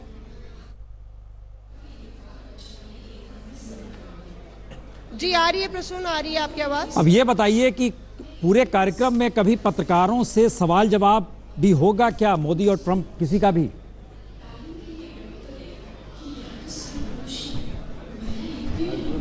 बड़ी दिलचस्प बात की है प्रसून आपने। आपको तो पता ही है कि प्रधानमंत्री नरेंद्र मोदी को ज़्यादा सवाल की जवाब देने की आदत नहीं है, वो पसंद नहीं करते हैं। पर डोनाल्ड ट्रंप उससे विपरीत हैं। वो पत्रकारों से भले ही उनकी कांटे का रिश्ता रहा हो, पर डोनाल्ड ट्रंप अक्सर पत्रकारों के सवालों के जवाब देते आए हैं। लेकिन इस बारी 26 तारीख को जब मुलाकात होगी राष्ट्रपति और प्रधानमंत्री की, तो मुलाकात के बाद जो 1-on-1 मुलाकात है, उसके बाद डेलीगेशन लेवल टॉक्स होंगी और उसके बाद प्रेस स्टेटमेंट है। सुनिए, प्रेस स्टेटमेंट यानी कि कोई सवाल जवाब नहीं होंगे, सिर्फ दोनों नेता एक प्रेस स्टेटमेंट रीड आउट करेंगे। वो एक जॉइंट स्टेटमेंट होगा जिसमें एक तरह से प्रधानमंत्री नरेंद्र मोदी और राष्ट्रपति डोनाल्ड ट्रंप के बीच जो भी तालमेल हुआ है, जो भी समन्वय बना है, सहमति बनी है, उस पर जो है दोनों लोग बात करेंगे। बहुत महत्वपूर्ण बात यह है कि हम लोग के सूत्र ये बता रहे हैं कि आतंकवाद पे एक बड़ा मेंशन हो सकता है जॉइंट स्टेटमेंट में। आतंकवाद को लेके एक कोई आतंकी संगठन या कोई व्यक्ति पर बैन लगने की बात की जा सकती है। ये एक बड़ी पहल होगी, क्योंकि ये उस माहौल में हो रहे हैं जब पाकिस्तान के खिलाफ खुद अमेरिकी कांग्रेसमैन टेड पो ने एक प्रस्ताव पेश किया है। इस प्रस्ताव के तहत गैर नेटो साझेदारी खत्म करने और उसका दर्जा खत्म करने की बात की है पाकिस्तान की। आपको बता दें 2005 से पाकिस्तान जो है प्रसून बहुत ही घनिष्ठ संबंध रहे हैं पाकिस्तान के अमेरिका से, और लगातार अमेरिका मदद करता आया है पाकिस्तान की। जहां तक हम बात करें तो मिलिट्री एड की बात करें, लेकिन अब ये बदलता नजर आ रहा है, क्योंकि कहीं ना कहीं ट्रंप प्रशासन को आपकी तस्वीर धीरे धीरे धुंधली होती जा रही है। हम जरा सा कट कर रहे हैं आपको, फिर हम वापस आपके पास आएंगे। मुनी साहब, एक आखिरी जो सवाल का जवाब आ रहा था कि किसी एक ऑर्गेनाइजेशन का नाम हो सकता है, किसी व्यक्ति का नाम हो सकता है जो टेररिस्ट है। मैं रूल आउट नहीं करता हूं इसको, क्योंकि जो पुराने इंडो यूएस जॉइंट स्टेटमेंट हैं, हाँ, उसमें भी लश्कर तौयबा और कुछ टेररिस्ट ऑर्गेनाइजेशंस के नाम हैं। इनको सिंगल आउट किया गया है। हाँ, पाकिस्तान का नाम नहीं लिया गया है, लेकिन इन ऑर्गेनाइजेशंस को जो पाकिस्तान में बेस बना के बैठे हुए हैं उनको सिंगल आउट किया गया है। तो उसको सिंगल आउट करना एक reiteration of the old relationship. इसीलिए मैं समझता हूँ कि इसके ऊपर काम हो रहा होगा डेलीगेशन लेवल पे, या इनफॉर्मली जो भी बात हो रही है। और हो सकता है, ये भी हो सकता है जैसा ये बता रही थी अभी कि वो जो हाफिज सईद का मुद्दा है यूनाइटेड नेशंस को लेकर, जहाँ पर चीन उसका ओपोज कर रहा है। नहीं, वो जैश का है, जैश मोहम्मद के जो टेररिस्ट हैं वो उनका नाम है लखवी। नहीं, वो तो पहले से मसूद अजहर का, जिसपे सॉरी नॉट हाफिज का, मसूद अजहर का जो नाम है, जिसके ऊपर मुद्दा चल रहा है, हो सकता है उनका नाम आ जाए, हो सकता है, लेकिन सेंसिटिव है क्योंकि पाकिस्तान उसको सीधा अपने में चाइना वीटो कर सका है, अमेरिका कर सकता है ऐसे में नहीं, अमेरिका का सपोर्ट है कि इसका नाम आ जाने दीजिए। वहाँ यूनाइटेड नेशंस में 5 परमानेंट पावर में से 4 ये मानती है कि ये नाम आ जाना चाहिए। 4 ही नहीं, मैं समझता हूँ सारी सिक्योरिटी काउंसिल इसके लिए राजी है एक्सेप्ट चाइना। ओके, इंतजार लगा। एक सवाल मेरे ख्याल से हर जहन में होगा। शीलकांत जी ये बता रहे थे कि 1 घंटा लगभग हो गया है, डिले हो गया है, तो ये क्या है? मैंने एक व्यक्ति बोल रहा था व्यवस्था भी है, ये डिप्लोमेट्स वहाँ पर ये इस तरह से ऑर्गेनाइज करते हैं। लोकल कंटिजेंसी होगी मेरे ख्याल से, there must be some local contingency which must have arisen, ऐसा कुछ होगा, क्योंकि वहाँ पे वॉशिंगटन में आने में कुछ हुआ या कोई शर्मा जी जानकारी है इसकी? ये पूरा जो किया गया है प्रोग्राम, उसमें डिप्लोमेट्सी की कितनी है, डिप्लोमेट्स के कितना योगदान है, या वहाँ पर जो ऑर्गेनाइजेशन सक्रिय है उसने किया है? नहीं, वहाँ की जो डिप्लोमेट्स उनका योगदान तो रहता ही है, क्योंकि लेकिन लोकल ऑर्गेनाइजेशन भी उसमें मदद करती है, उन लोगों को बुलाया गया है। और जो डिले हो रहा है उसकी कोई वजह होगी, मतलब अभी तो अंदाज़ा ही कर सकते हैं। मेरा ख्याल है उनसे मौसमी से यदि संपर्क होता है फिर से, तो जो फ्रेंड्स ऑफ बीजेपी, बल्कि संघ के भी, यदि आपको याद हो तो मोदी जी भी एक समय में पहले जाते थे जब मुख्यमंत्री नहीं भी बने थे, सो उनमें से ये जो आज प्रवासी भारतीय आए हैं, चूँकि वाजपेयी जी के समय से भी हमने देखा है, बल्कि जैसे अभी स्वामी जी से आपकी संवाददाता पहले बात कर रही थी, स्वामी वो हिंदुस्तान स्वयंसेवक संघ जो है, जो वहाँ पर, यहाँ RSS है, अमेरिका में हिंदुस्तान स्वयंसेवक संघ है, तो उनके लोग भी हिंदू सेवक संघ, तो क्या इस तरह के कार्यक्रम में उनका रहता भूमिका होगी? हाँ, मेडिसन स्क्वायर में था।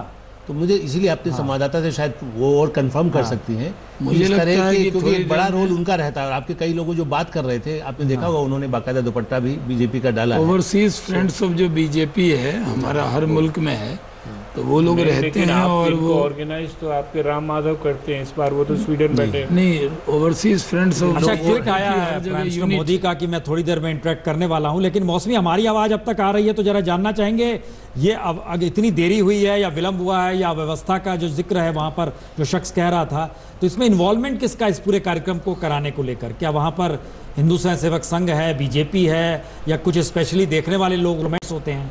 कौन लोग हैं?